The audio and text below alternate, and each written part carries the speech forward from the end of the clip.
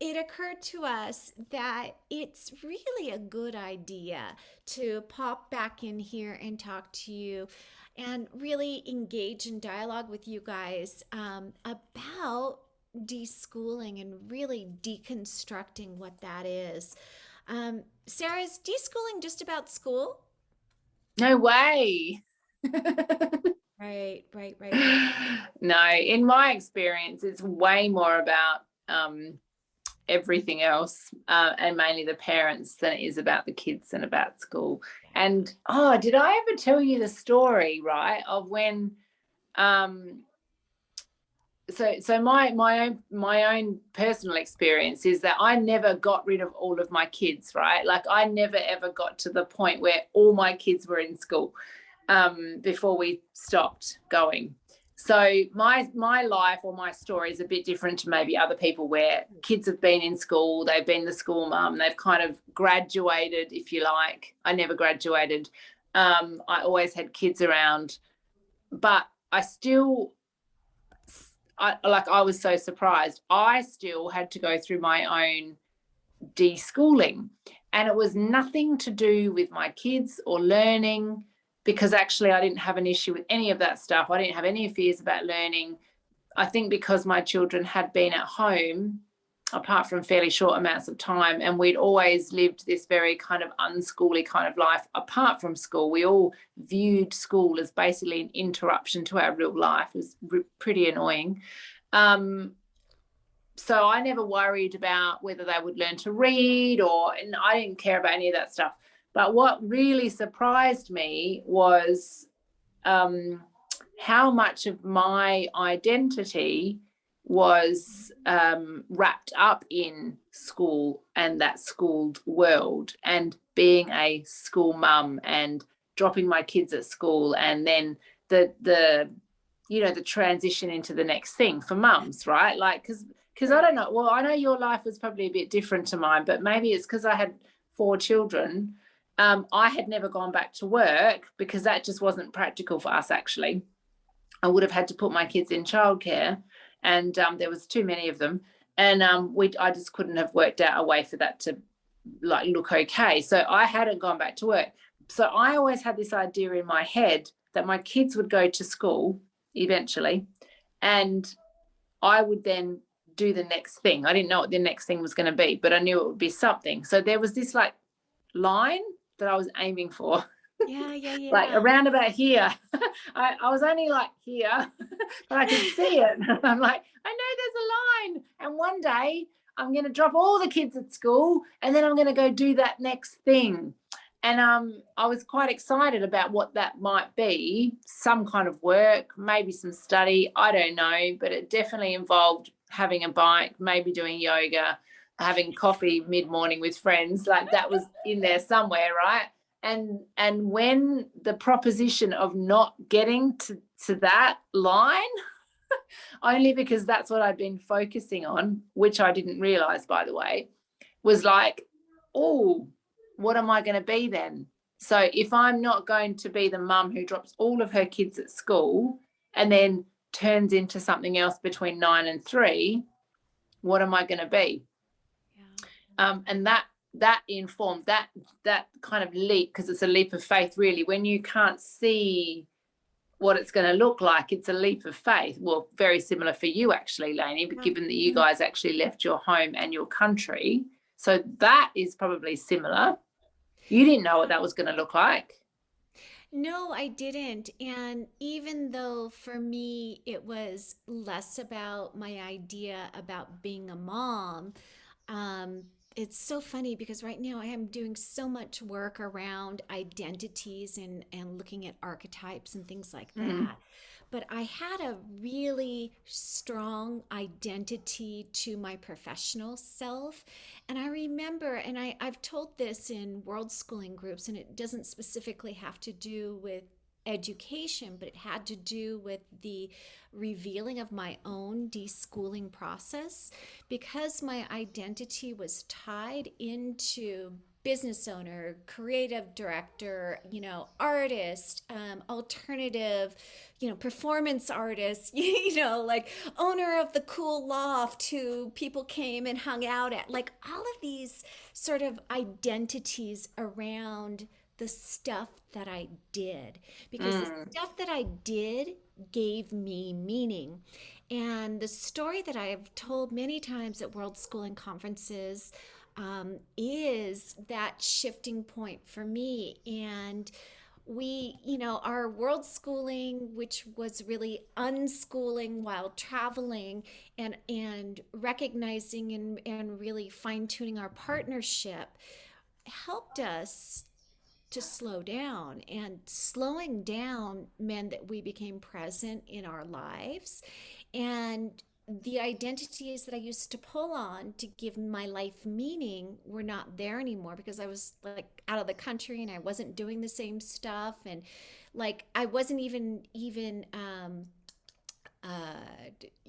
confronted with articulating the identity, because, well, nobody was there to ask me until we sat in a park in Antigua, Guatemala. And it was one of the things that Miro and I did every day when we lived in Guatemala. We would just walk to the Parque Central and sit in the park, and he would write. Sometimes I'd sketch, and we'd just be in the environment, and we'd watch the indigenous women with the babies on their back, and the waterfall was there. The waterfall, it's a very famous, not waterfall, but fountain in the center of the park, and it's four indigenous women holding their breasts and having the stream of water squirt out of their breasts. And it was just like, I just love being there, and the ability to slow down and be there together was became part of our habit. And an older man, very well dressed older man, sat down next to me, and he said, "Well, young lady," and I was so pleased that he spoke English because I didn't speak any Spanish at the time. And he said, "Nice day." And I said, "Of course, yes, yes, beautiful day. I love being here." And he said, "Well, tell me, what do you do?" And I looked at him, and I was authentically confused. And I didn't know what he was talking about. And I said, "When?" So the identification, or the realization that my deschooling was in progress, meant that I was no longer identifying with those particular identities that I once held so, tightly, and presented to the world and said, "Hey, look at my identity. This is me. This is me. I'm worth something because I do this stuff," right? And it's exactly the same of what you're talking about, just from a different perspective and a Mm. different framework.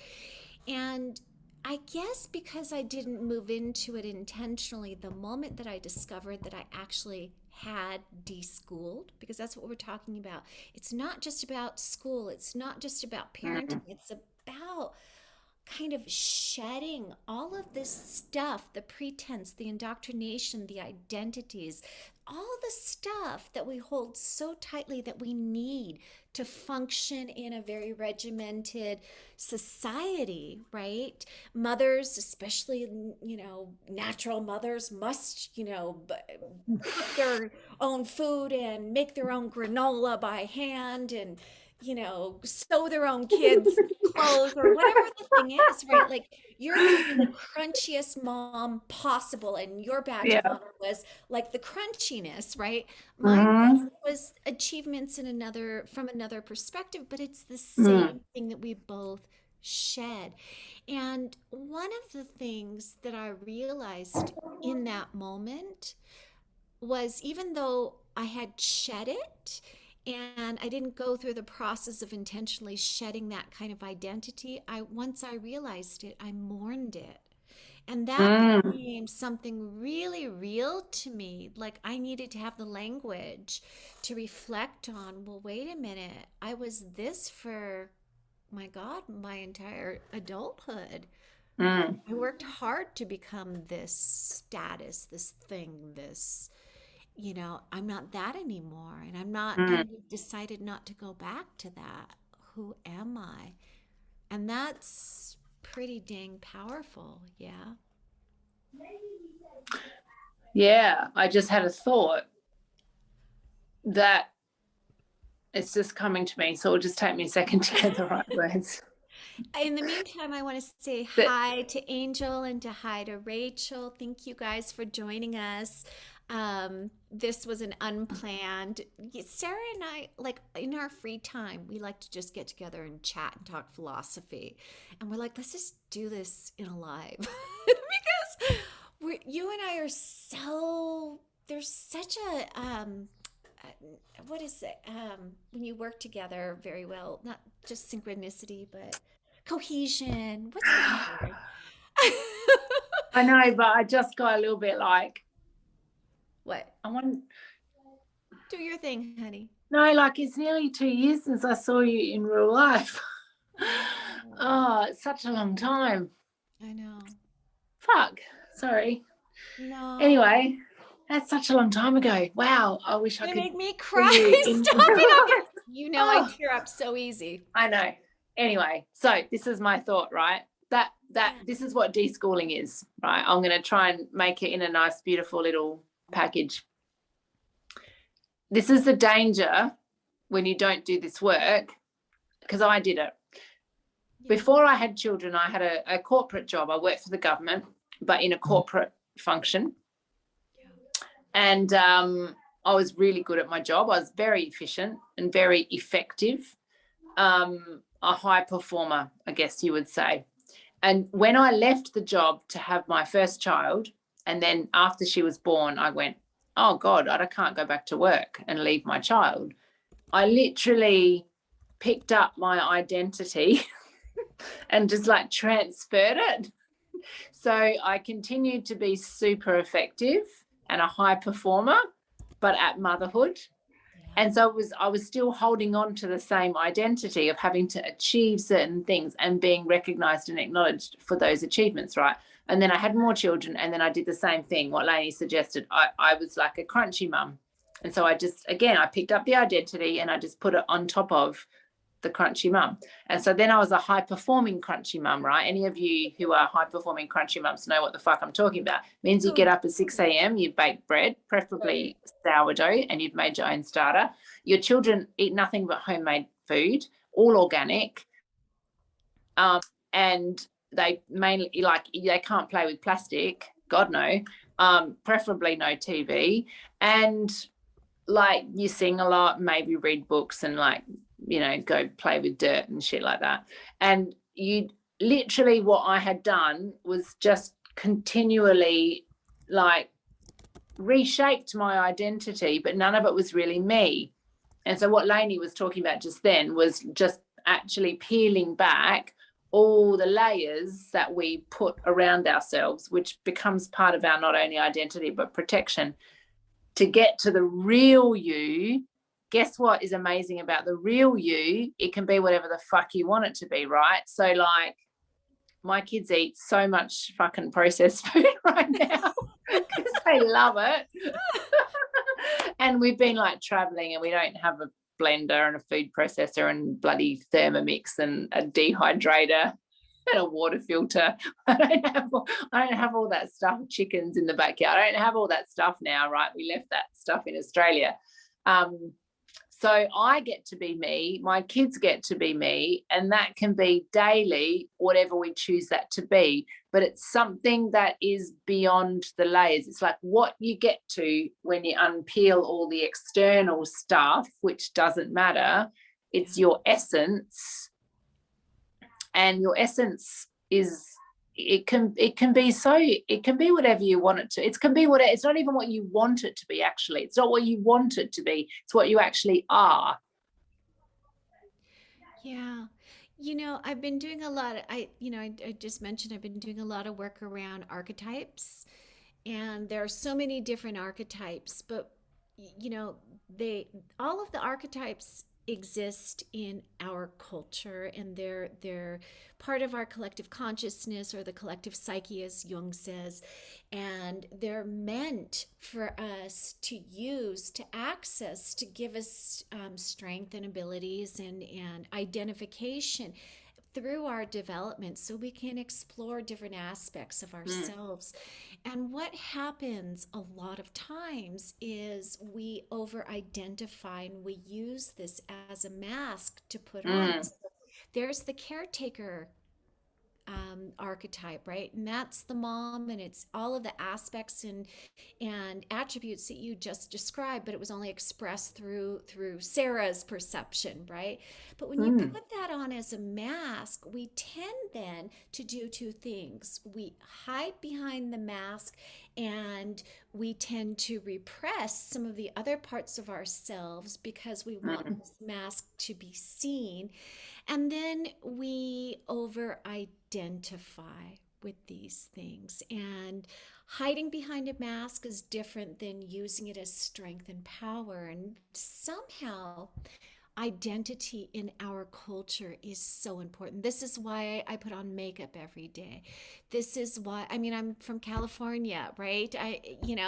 This is part of my indoctrination, my cultural growing up. And I think I'll always bleach my hair and draw my eyebrows on and put on makeup because part of me is identified with this type of identity as being who I am, right? I've got beliefs around that, and I've never in my entire adult life walked out without makeup. I just haven't. Like that, just I know that, and that, like, I'm sure that's shocking to you because I know you don't wear makeup, and I wish I could not do it. I mean, I don't actually wish I could not do it no, because, but that's the thing, isn't it? Because you don't need to but wish to be any different to how you actually are. And and exactly. yeah, because a lot of this work is about accepting who you are. And like I dye my hair, right? And I don't really know how grey I'd be if I didn't. And I've tried to go grey actually. And after a few months, I'm like, nah, no, I don't like that. And I went through a lot of internal conflict around that because I had this idea that I needed to be like natural and pure and blah blah blah blah blah. And then, like, actually a friend from Australia that I know really well said, you can do whatever the fuck you want. You don't have to be Exactly. any. And I'm like, oh, what I want is to dye my hair. Exactly. Yeah, that's what I want. And I don't have to apologize or explain. And But we were having this. but the understanding that we're doing this because guess what, I want to, versus I've got a mask on and Yeah. I'm hiding behind it because I need to be something else. And that's always Yes. been a big struggle, right? Yeah. And Rachel mentioned that she has also struggled with giving up or losing her corporate identity. Mm. I know that one so deeply. I mean, that the doing and the identification with the doing and the evidence that I could prove that I've been doing, and the sort of, like, accolades, look at me, I did Yeah. this, Yeah. gave me identity. And Yeah. stripping away all of that, can you imagine being a parent who's parenting from the heart and instead of from what they should be doing? Like, it's you might still do the exact same thing. Like, in reality it may look from an outside, alien Mm. kind of looking in, it may look exactly the same thing, but the spirit and the interaction and everything is different. This is the deschooling. This is what we're talking about. And the word deschooling is a misnomer because it is talking about school, Yeah. and this is the point where we we're entering this sort of phase in our own development, but it touches every single part of ourselves. When you parent as a whole person and understand and I'm not saying that nobody isn't a whole person, but when we're functioning from behind a mask, we're not really allowing ourselves to parent from a very authentic place. We're doing it from behind the mask, or we've over identified with that archetype, Mm. and sometimes when we over identify with an archetype like the caretaker, on the flip side, we do it at the expense of self. Mm. So, I mean, there's all these different ways that we need to look at this stuff, and we need to be able to have the language for ourselves to be able to know what it is that's coming up, give it language, model this kind of emotional intelligence to your children, and come from a place where you're parenting from an authentic connection versus doing what the role tells you to do from behind the mask. It's a very different connection in a very different way. And this is, if you guys saw my interview with Miro, this is a young man who has high emotional intelligence because my struggle and my work was transparent with him, and being fallible and making mistakes, but also being transparent with what that process is it all goes into this process, the parenting, right? You could do the most appropriate, and that even sounds shitty, but the most appropriate, unschooly actions and still have an agenda, right? And we've talked about that from the perspective of like Mm.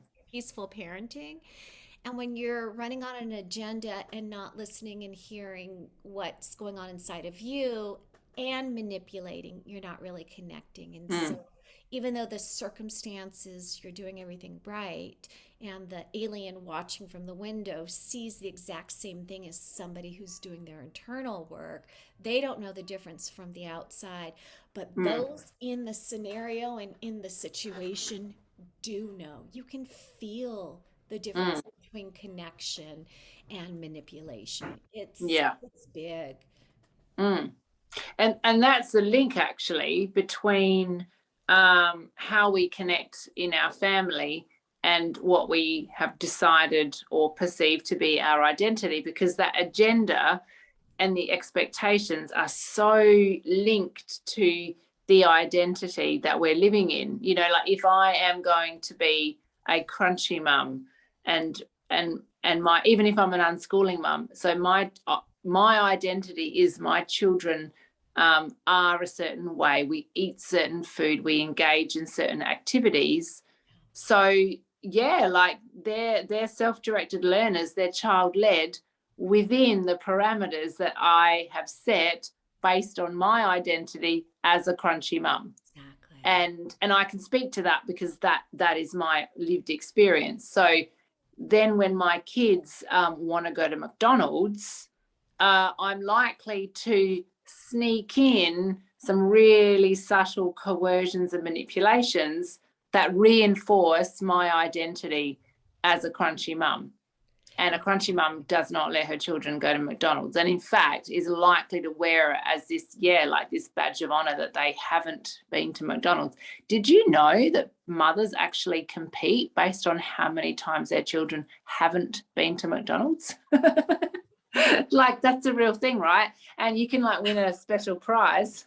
I'm And you get dumbfounded. extra points if your children say it to other kids, because then you get to feel like super sanctimonious and worthy, and it just reinforces the identity. Right, but But it's tied back into the doing. And yeah. we're such a doing culture. Speaking Mm. of doing, I want to read to you. I know you can't read this now, but I want to read to you Rachel's comments. So she said, maybe it's the programming we have that tells us to believe we only have validity when we have a career in parents, Mm. given the same importance. And absolutely, absolutely, from a cultural perspective, we have downgraded motherhood as a role, right? Mm. Like that is part Yeah. of the collective belief system. Mm. So the question is, and our deschooling process is, number one, recognizing, is this is a thought that's consistent in our culture and society? Is it my thought?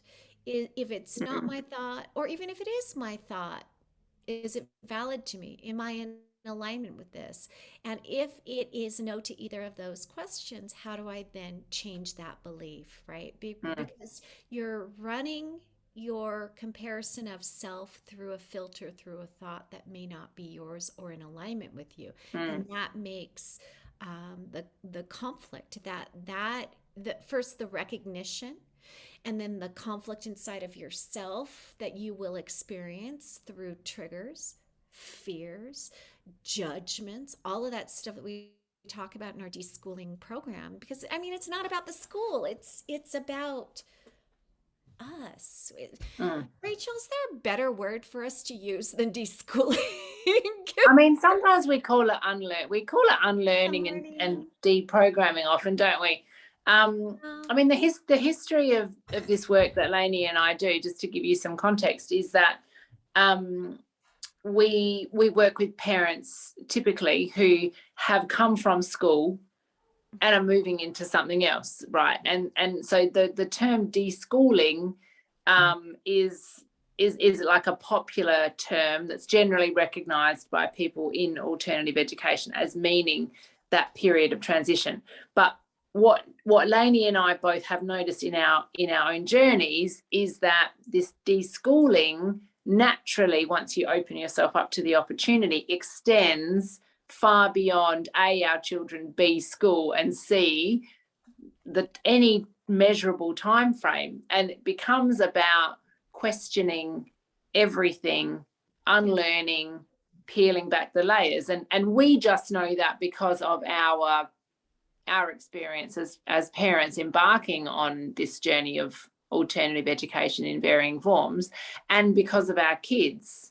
I don't know about Miro. I don't think we've talked about this explicitly, but apart from Violet, my oldest, who had been in school for probably 2 more years than the next one, my other 3 haven't actually needed any deschooling at all. Like, Right. they were like ducks, take ducks to water.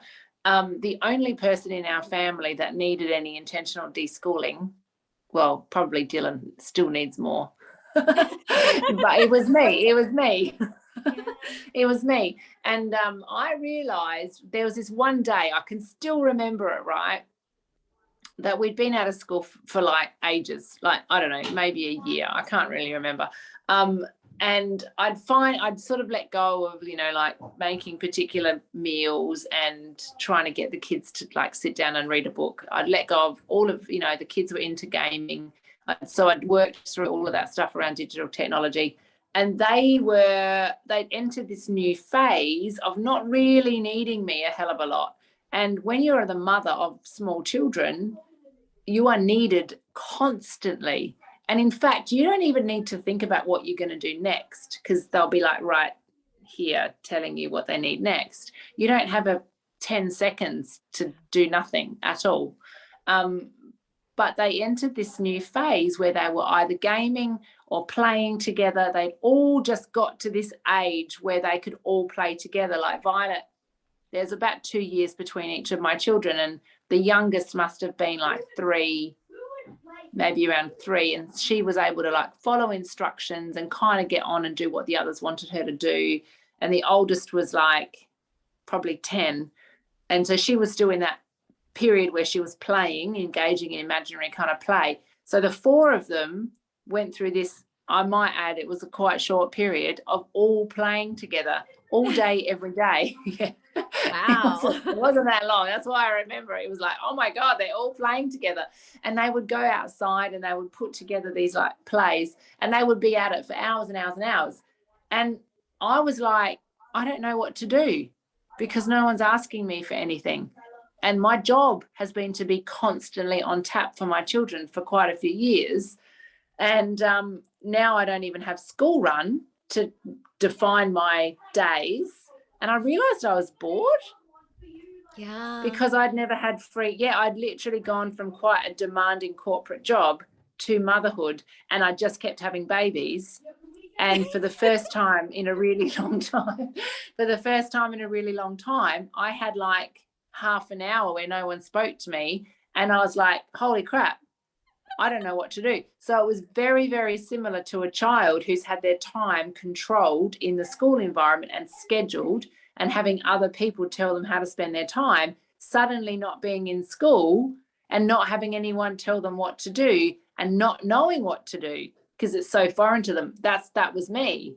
My kids knew exactly what to do, and that was just to like play the fuck out of the whole day. And I was like, holy crap, I'm bored. Well, you're No one not was there telling me what anymore to because do. I know they're constantly tugging at you now. I'm never bored. I'm never bored. No, but see, I know now. So this is where the internal motivation kicks in too. My motivators were all external because I'd gone from school to university to jobs, bang, bang, bang, bang, bang. I've never had a period of not having a job in my life. A short period when Dylan and I were in our early 20s. Are you Are we there? there? Yeah, a short period in our early 20s, and Dylan and I quit our jobs and came overseas. But I think we only went for about 3 months without working, and then we worked again. So I've not ever had a period of my life at all where I've not had people telling me what to do. All my motivators since probably being about 0 years old have been external until really quite recently. So I had to like tap back into what was going on in here so that I could work out what to do with my time. So now I'm never bored because my drivers are internal. Yeah. Even if someone's asking me for stuff, right, which still definitely does happen, as Lainey will know. My kids, they're not undemanding, but I'm now driven by something different, by a different kind of purpose. So I'm not bored ever. I love But that. And that modeling that for your kids is so powerful. yeah, Rachel asked or they modeled it for me. for you, exactly. Yeah. Rachel asks another question, and I think you'd be really good at answering this. So I'll read it to you. It says, we've done no formal learning this week. So this is what she wrote. We've been away for 3 days in nature. Then today we spent the day with a home ed group at a homeschool animal rescue center. Am I making progress in unschooling? Go ahead, Sarah. Oh my God, this is a great question. It's such a good question.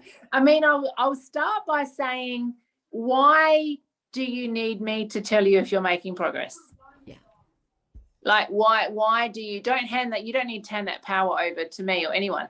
I'm not really sure what you mean by progress either. Like, are you meaning that you've let go enough to get the validation that you've let go enough?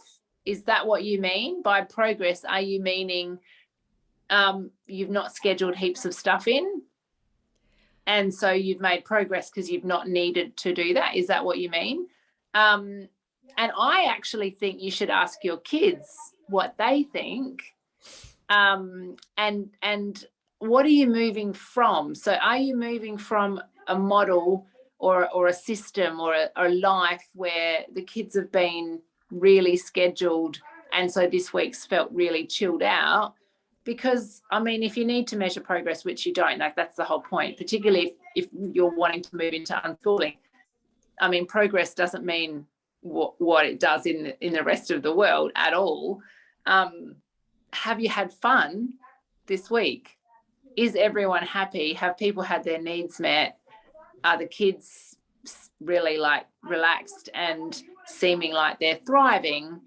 And that's all you need. Like, is everyone cool? Like, that's really it. And I mean, we have weeks where we're like, fuck. I mean, you know, I told Lainey my story earlier in the week. I literally had a massive tantrum at 10:30 at night, and I walked down my front door and slammed it and like drove off in the van, and everyone was like crying. So did I make progress this week? Some people might say no. But the idea of progress is based on prove it. Are you doing something? Prove it. Yeah. And the need Yeah. to prove stuff Yeah. is a schoolish thought or a foolish thought. And that's part of the deschooling. And Yeah. the second thing I would respond to that is, I dare you. Have a day where you don't learn anything. I dare you. You It's absolutely impossible. It's can. impossible. Yeah. Well, my dearest wish for everyone embarking on this life, and it's almost impossible to banish the idea of progress, because now I'm about to tell you something to aim for, which naturally means that you want to progress. But just imagine, it's a bit more cerebral than that, a bit more vague.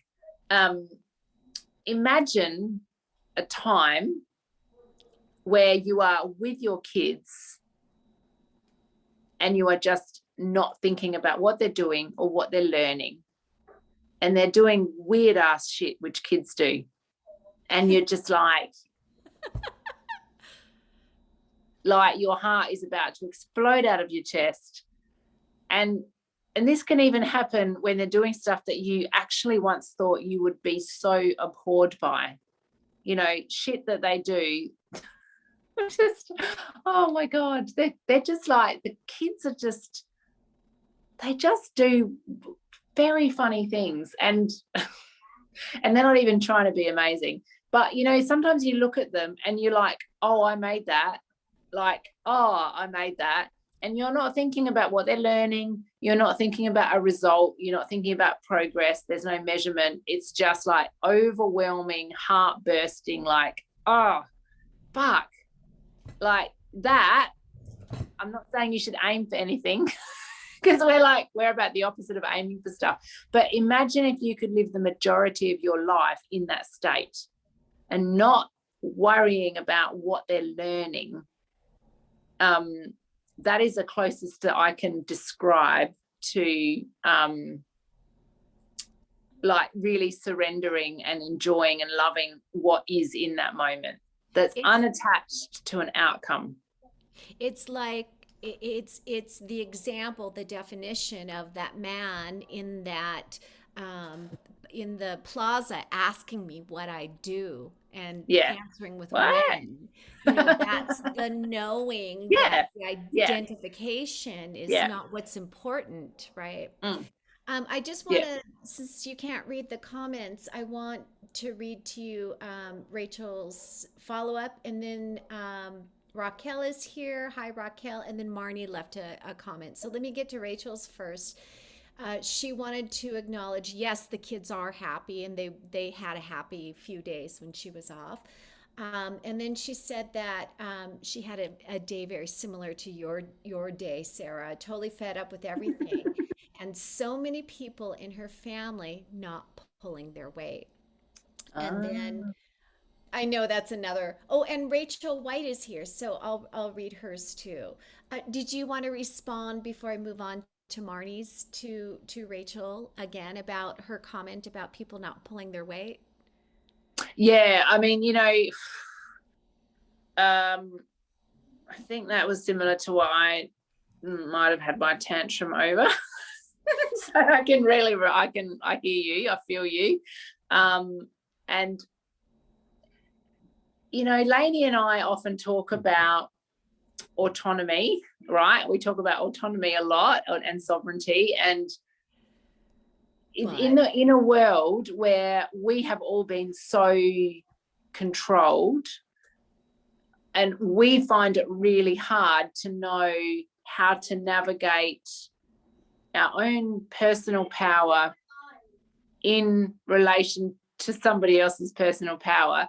This issue of family dynamics and people pulling their weight can be really tricky to navigate, because what we're suggesting, I guess, so this is the invitation of, as always, it's just an invitation, that if you want to live in partnership with your children, it is a very sometimes complex and messy dance to make sure that you get your needs met and they get their needs met, and you still get the dishes done, and how that happens. So I personally had a lot of work to do around those things. I was a child who just see if you resonate with this, and you might not, and that's cool. I was a child who was made to do chores and jobs and things from quite a young age, and mum or dad would cook dinner and then they'd go sit down, and my brother and I did all the other stuff. And that at the time I didn't see that as problematic, but as I got older, I reflected on my childhood and realized that there was a lot of force and coercion and manipulation in that dynamic. And I didn't want to be that way with my children. And you know what? There's not that many 5-year-olds that want to do the dishes or cook a meal or sweep the floor. That's the reality. Despite how many books about Indigenous cultures you might have read, we don't live like that. You know what I'm talking about, right? We don't live like that because we are not living in tribes and in villages. And so our children are growing up quite differently, as much as those ideas are admirable. And I love them. And I love reading those books too, because they give me such hope. But my children are not very helpful in the kitchen. And actually, mostly by the time we get to the dishes, I actually want them to go somewhere else. So I can get the dishes done really quickly without flooding the kitchen. And sometimes someone will help me, and that's great, and it's fun, and it doesn't happen the next day, and that's cool. And so there is this, like, the reality of family life is that the weight of getting shit done will often fall to the person who's the most available to get the shit done, which in our family is generally me. And so around about once a month, let's say roughly every 28 days, I have a bit of a tantrum about that, which is what happened the other night. And then I come to the next day and go, crap, I feel like I probably acted like a 5-year-old who didn't want to put pants on. I was just looking. I love this book, and there is a great section in here where he talks about repair, and he talks about, I mean, you've spoken about this before too, when children lash out at their parents. Well, it's because there's the safety to express themselves Yeah. and all of that stuff. But it's the same for us, right?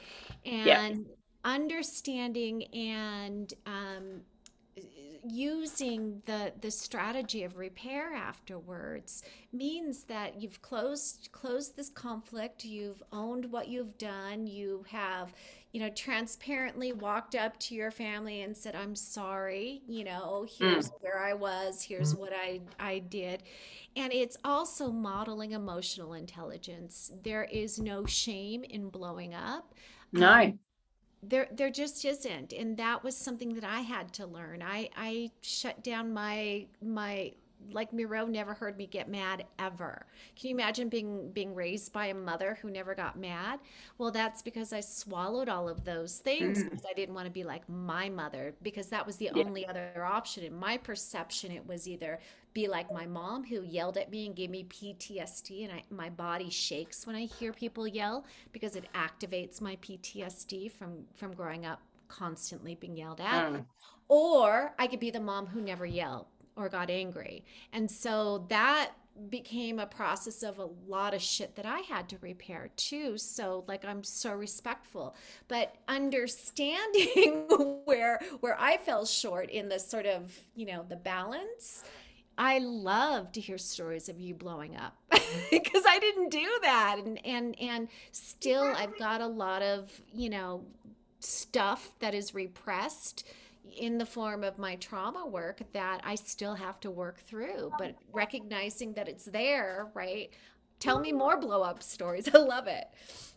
All right, so let's go to Marnie. Marnie says, I now, of course, it's not aligned with the things that we're talking about, but she writes, that's huge, Sarah, and plays into the agendas that Lainey mentioned.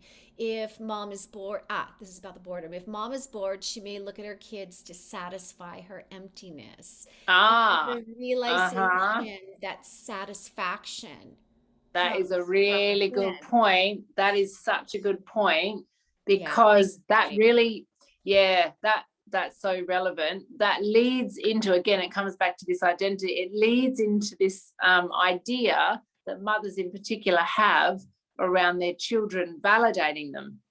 yeah, And our children having to be a certain way or do certain things for our satisfaction, entertainment, enrichment, whatever.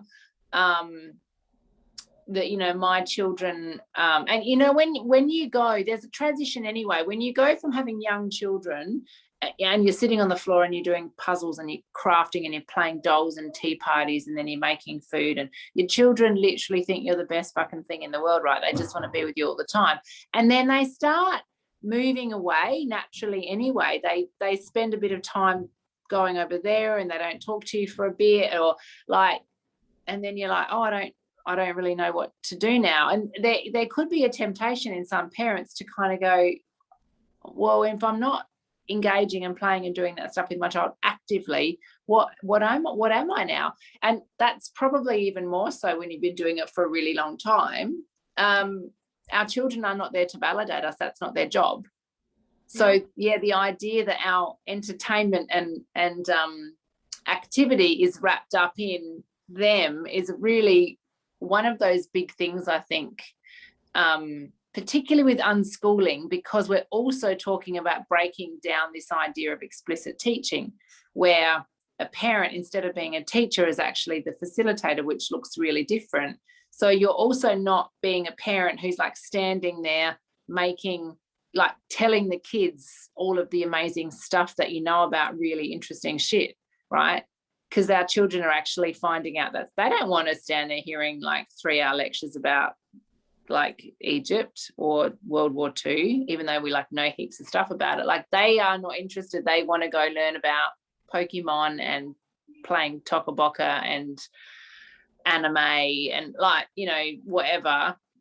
And they might want to interact, but they're not looking to us to give them the information. So we can't get our validation about how amazing we are from our children. Yeah. Yeah, Yeah. that's hard. And Yeah. you know, growing up as somebody who was never validated, right? I was somebody who looked for outside validation through my people pleasing, right? So this is a pattern that we need to really look at, right? We want to raise whole, happy, emotionally intelligent human beings. Mm. So that's why we are accountable for our own shit, our own stuff in our head. Yeah. There's a bunch more comments. First of all, Mandy, hi, thanks for joining us. Rachel White says she struggles as a single mom and she has mom guilt because needing to work and earn money, but then wanting to spend time with my kids, constant conflict in your head and heart. Mm. You're speaking my language, single mom. This is why I changed my life completely. You know, left the life that we were living because it was so not in alignment with what I wanted. We are all living in a culture that demands that we have to pay to breathe, to live, to eat, to clothe ourselves, to so how do we balance that? And I don't have an easy answer for you. I just want you to know that I feel that struggle. I lived that Mm. struggle. And it's a constant dance. None of this Mm. shit is easy. None of it is. But by choosing to live in partnership, it's okay to actually let your children know that you're struggling with this Yeah. and trying to find the balance, and maybe ask them if there's something that they could tell you where you have a blind spot, where you miss something, an opportunity. So partnership is about that, and it's about hearing, again, when you mess up, when you fuck up, being okay with being fallible and saying, this is my struggle, I'm working on this, please, let's put this on the table. Instead of putting it into the shadows, let's bring this into our family culture and normalize being human, right? And Mm. normalize mom, or in the case of mom and dad, or mom and mom, or dad and dad, whomever, mom, dad, but who knows, whatever the combination is. None of us are perfect. And the age of idolizing our parents, which is the generation that I came from, we were demanded to idolize our parents. That's done. That's Mm. that's done and over with. Yeah. And we are the result of that. We are healing that kind of generational trauma, and now we're moving on to the next thing, which is raising our children in partnership. That's why we're doing this stuff. Yeah. So, let's see. Rachel Fenwick says, my childhood was similar to yours. I'm not sure who she's talking to, probably you or, well, either you or me. However, my 10-year-old is the only one helpful. Is the only one helpful for her 12-year-old sister, her 24-year-old brother, and her 23-year-old girlfriend. Ah, this is for you, Sarah. I'm exhausted with trying to figure out our home ed journey and too many people still expecting me to do everything. Yeah, I mean, I think you've got to be really, I mean, when you say too many people, I'm assuming you're talking about your immediate family, the people that live in your household. And I think just you give yourselves a grace period. So like if home education is new, you this is part of your deschooling as a family. What you're going to, I mean, you're not going to end up anywhere because it's constantly evolving. But if the model has been you do stuff because it's quicker and it's more efficient because everyone has to get out the door for school, and then in the evening, for example, they need to go to bed so they can get up for school, so you do the stuff. I mean, that's kind of how it happened in our family. It's going to take a while, I think, to find a new groove. Yeah. But I think what you need to do is be really open in conversation about how things can work as a family and what everybody can do to be involved. And it is reasonable in a family, particularly a larger family when heaps of stuff needs to get done, that you would navigate that stuff as a family. Like who's going to do this, who's going to do that, who can do this, who can do that, what are people willing to do, are people willing to do anything? And it's a moving feast. You're never going to like arrive at a point, because people's abilities and willingness changes and the jobs that need to be done change over time too. But what I think you'll find as you go deeper into this is that lots of the things that have to be done in a family where you've got schedules based around school don't have to be done when you don't have school, or they happen in a really different way. Even meal times change. It's like we seem to like eat less meal. Like, I don't know, lately we've gotten into this groove of like having a really late breakfast, and then like no one really has lunch. There's just some snacking which the kids can get themselves, and then like we have dinner. Or like they have a really late breakfast and then someone at 3:30 goes, oh, can we have lunch? And then we have a really late lunch, and then dinner is like snacks, not real, whatever. Like it doesn't have to be any particular thing, but like when you are in school, you've got to have breakfast at 7 o'clock, and then you've got to make them lunch, and then they get home, and then they need a snack, and then they need dinner, and then probably because they had a really early dinner, they need a snack again. And you're sort of constantly fucking hell, so many snacks. Don't forget, I was a crunchy mum, and everything had to be handmade. Oh my God. My And God. Rachel did confirm she was talking about your childhood of having to do chores. So that's what she was talking about. Yeah. And so that's really loaded too, because if you want to be like, a lot of us have this idea of like, I want to be different to my parents, so I'm going to be the complete opposite of my parents. and you're like, it's okay to talk about this stuff as a family. Like it's okay to kind of go, oh my God, I need someone else to do something. Or this week, for example, I said to the kids, I don't want you to eat in the bedroom anymore at the moment, because no one's really doing any cleaning up, and that's actually okay with me, except I don't really want to clean up my own bed with food that you guys have eaten. Like I don't really want to do that. So actually I want you to come downstairs. I want you to come downstairs and eat. And that I actually didn't ask them for their permission, really. I said, like, that's actually my bed. So I don't want you to eat in it. And like, I'm totally open to you guys eating in the bedroom if you're able to do your own cleaning up. And they kind of went, no, we don't really want to do our own cleaning up, so we'll come downstairs. So like that was how we navigated it. And that'll shift, I'm sure, at some point.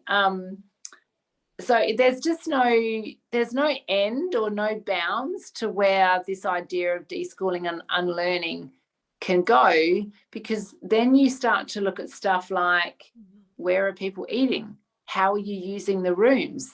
Are you using a bedroom for each person? Or are you moving around the house as needs change? Like, you know, we've got really fixed ideas in our society, in our culture, about how to even use a house, how to, you know, like we do. And you don't realize that stuff until you start opening up to other people's ideas. Like, does everyone need a bedroom? Who uses the bathrooms? What, like, literally everything can be questioned, and everything can be flexible, and everything can be movable, and they're all opportunities to do more and more kind of deconditioning or unconditioning. Did I make up a word? Deschooling, decompressing, de-unlearning, de-und, whatever. Before we run out of time, I want to just address another question. Raquel, who's actually joining us for our deschooling program starting next Friday. We were supposed to start this week, but we both Oh, needed a break. We yeah, needed a yeah. break.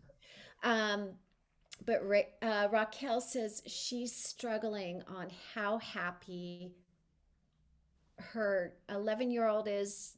Wait a minute. I'm struggling with just how happy our 11-year-old is with the whole deschooling. I'm almost ready to throw the iPad out the window. Oh, we're going to talk about this next week. Don't you worry. Yeah, Yeah. I mean, gaming and digital technology is a really, really big one. It is literally the most asked question in any home ed and even unschooling group. It is the number one issue that comes up 25 times a day. I've actually stopped like interacting with the posts in those groups, because you could like get RSI the amount of times it comes up. It's a really big one, and Lainey and I have both been through it, because we've both got gamers in our family.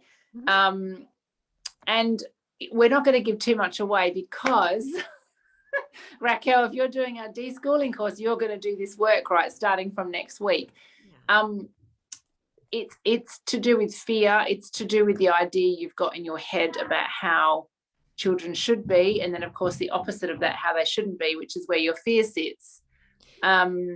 But I would ask, why are you going to throw it out the window? What is the thing that's touching? What wound is it touching on? What need are you perceiving as not being met in you? This is about you, Raquel, because you're the one who wants to throw the iPad out the window. Is it that you have a belief that he's spending too much time and on, I mean, is that the belief that there's too much time being spent, or is it that you can't, like, what is it? So yeah that would be the that's thing too. be specific about. So it's really typical. Okay, so she says he's living in his bedroom and only comes out to eat, and that challenges your idea of what you think a family should look like. I mean, this, yes, absolutely. This is sort of what I was getting at when I said about everything's up for grabs, everything's up for negotiation, because we have this idea that family life looks a particular way, and even in like families that are like attachment parenting, peaceful parenting based, which is Lainey's family and my family, there are these very prescriptive ideas about how we should be. Coming downstairs for meals, eating at the table, eating dinner together. That was a really big one. I mean, that is the subject of so much marketing and so many ads over the years, eating dinner together. So it's really worth questioning why those things are so. Why are those things important? And as Lainey said earlier, are they your beliefs, or are they beliefs that you've kind of inherited? And if so, why? I would encourage you to be really specific about what feelings come up for you and when. So like, are you okay for him to be in his bedroom all day, as long as he comes down for a certain amount of time? Are you okay if he's in his bedroom all day, as long as he goes outside in nature for an hour a day? Are you okay if he's in his bedroom all day on his laptop or computer or iPad or whatever, if he's doing educational activities? Are you okay if he's gaming, but only certain games? Let's find out what the limits of this stuff is for you Yeah. to work out where these We do that. We do actually do that in our we deschoolings. do, yeah, we We do, do. absolutely. I have But just tools just for so that. that they get through the next week Yeah. without her son losing his iPad. I get that. I This is one of those things, I don't know if you had tuned in, Raquel. I don't know at what point you came into this conversation, but a little while ago, I was talking about looking at your children and really appreciating and loving everything about them right now in that moment. And one of these times that I really strongly get that feeling of like absolute overwhelming clarity and joy and like, oh my God, they are the most amazing beings ever, is when they're gaming. And a few years ago, I felt like you, because I was like, oh my God, and after doing this work, I realized they weren't actually my beliefs. They were just society's beliefs that I had kind of just absorbed by osmosis, because I didn't know how to break down the fears and the triggers, which is what we help you do very personally in our deschooling program. And I can now look at one of my children who may have been on a computer for 10 hours in a row without like leaving the room, because I actually do take them food sometimes, except this week, because I've said they're not allowed to eat in the bedroom. So the moment they're coming downstairs. And I look at them and I see the joy as they're interacting with their friends online, and they're coming up with amazing things. One of my kids does really into Pokemon at the moment. One of them often spends hours a day online with one of her friends down south. One of my other kids spends hours online with her friend in Spain. And one of my other boys might be watching porn. I'm not sure. His gaming laptop broke, actually. So he's currently using my laptop and he can't access any of his games. So he's watching YouTube, and we've started watching this TV show on Netflix called The Circle. Oh my God, I was telling Lainey about it last night. yeah. We have so much fun. In fact, I actually really want to go watch it now. I'm like literally Okay. sitting here thinking, oh my God, I can't wait to watch another episode of The Circle with Arthur, because it's the trashiest thing you've ever seen, but it's so much fun. But a few years ago, I would have been like, no, I'm not watching that. That's like, I don't know if I would have said inappropriate, but like I would have said it had no value, because of the judgments I had around where value lies in educational activities for children.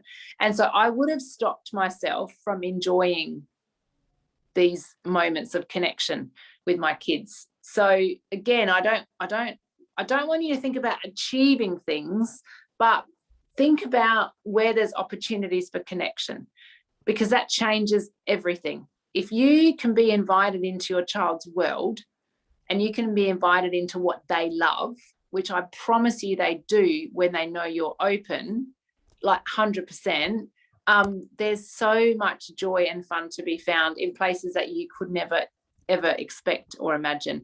And if you're not able to bust through these judgments that you have about where value lies, they won't invite you in, because they will perceive your judgment and then they'll feel shame about the activities that they're engaging in. And there is like nothing more amazing than your child telling you about the stuff that they're passionate about.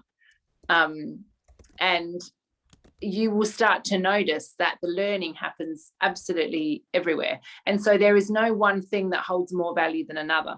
There's no such thing as like a hierarchy of value. There's not. That's a made up construct, right? So this is where we want to take you. Like, we want to take you so that you are looking at your son in his bedroom, maybe his blinds down, maybe he's still in his pajamas and he's on his iPad and he's loving it, whatever it is he's doing. And you can look at him and go, oh my God, I made that and it's amazing. And I want to know all about what he's doing. And I want to like get in his bed with him and I want him to like bring me into his world. And that's amazing. Yeah. And I just sort of want to wrap up the whole sort of focus on what happens when you're triggered.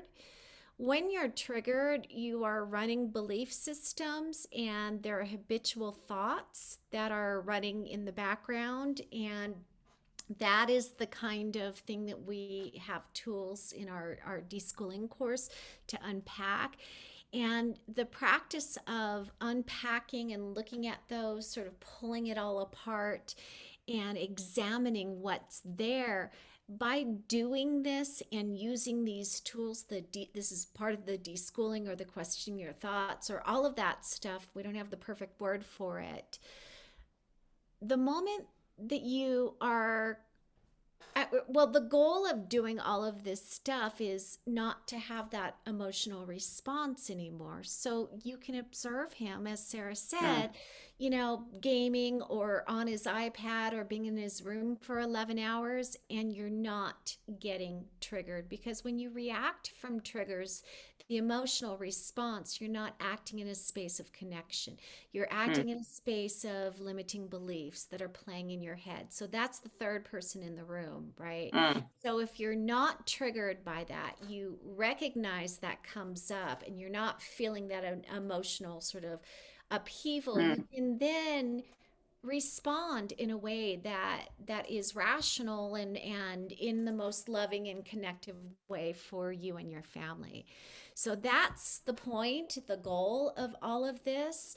You can't just get there without doing the work. It's really about doing this unpacking and having these tools to do that. And that, my friend, leaves me to our pitch. Our class starts next Friday, and we'd really love for you to join us. Exploring these things in a small group in a really safe space gives you that environment to start doing this work. And this work doesn't end. We're not going to promise you like suddenly you're going to be healed, like you're healing a wound or something. You will then have created the momentum to do this work and to take responsibility and to have the tools to recognize in your family as these things come up.